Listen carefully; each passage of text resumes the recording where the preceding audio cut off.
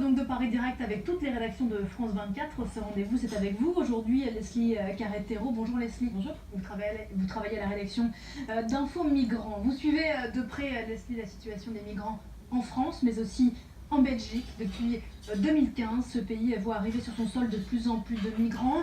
On sait, nombre d'entre eux veulent traverser la Belgique pour se rendre notamment en Angleterre, ce que les autorités appellent ce terme terrible, les transmigrants. Mais Bruxelles bloque leur route et leur espoir d'Angleterre. Résultat, des milliers d'entre eux se retrouvent bloqués. Une situation qui inquiète le gouvernement et plus particulièrement son secrétaire d'État en charge des migrations qui s'appelle Theo Franken, qui est très connu pour ses positions anti-immigration. C'est donc un gouvernement belge qui a durci sa politique ces derniers mois. Oui, tout à fait. Alors depuis début septembre, les arrestations se multiplient sur le territoire belge. Les migrants, donc, comme vous le disiez, considérés comme des transmigrants par le gouvernement, donc ces migrants qui ne veulent pas rester en Belgique mais qui veulent atteindre l'Angleterre, sont interpellés par les forces de l'ordre partout où ils se trouvent. Donc sur les aires d'autoroute, dans les parkings, dans les gares, et notamment aussi au parc Maximilien, qui est un parc très connu pour être un lieu de rassemblement des migrants, mais aussi des associations qui leur viennent en aide. Alors une fois interpellés, les migrants sont envoyés dans un centre fermé, le 127 bis, qui est collé à l'aéroport. Là, l'Office des étrangers statue sur leur sort. Soit le migrant est libéré, soit il est maintenu en rétention en vue de son expulsion imminente. Les ONG comme Médecins du Monde ou le CIRE, qui est une association très connue en Belgique, crient au scandale et dénoncent une chasse à l'homme. D'autant que ce centre, le 127 bis, dont vous parliez à l'instant, essuie donc de nombreuses critiques qui viennent d'en parler de la part des associations, mais plus étonnant aussi de la part des syndicats de policiers. Oui, alors les conditions de vie dans ce centre, qui je rappelle est donc un centre fermé, donc comparable à un centre de rétention, sont régulièrement critiquées. Comme vous le disiez, aujourd'hui ce sont les policiers qui émettent des critiques et non plus seulement les ONG. Un policier m'a raconté que la situation dans le centre était catastrophique. Selon lui, les droits de l'homme ne sont pas respectés. Il va même encore plus loin en disant que le gouvernement est, je cite, hors la loi.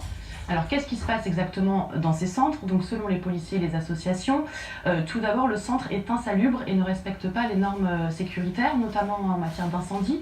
Lors d'un exercice d'évacuation en cas d'incendie, un policier a mis plus de 3 minutes pour ouvrir une cellule, ce qui est énorme. Si ce n'avait pas été un exercice, la personne à l'intérieur aurait pu tout simplement décéder.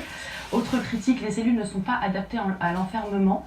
Les migrants sont parqués dans des pièces sans fenêtre, sans accès à la lumière, sans système qui permettrait d'alerter les gardiens.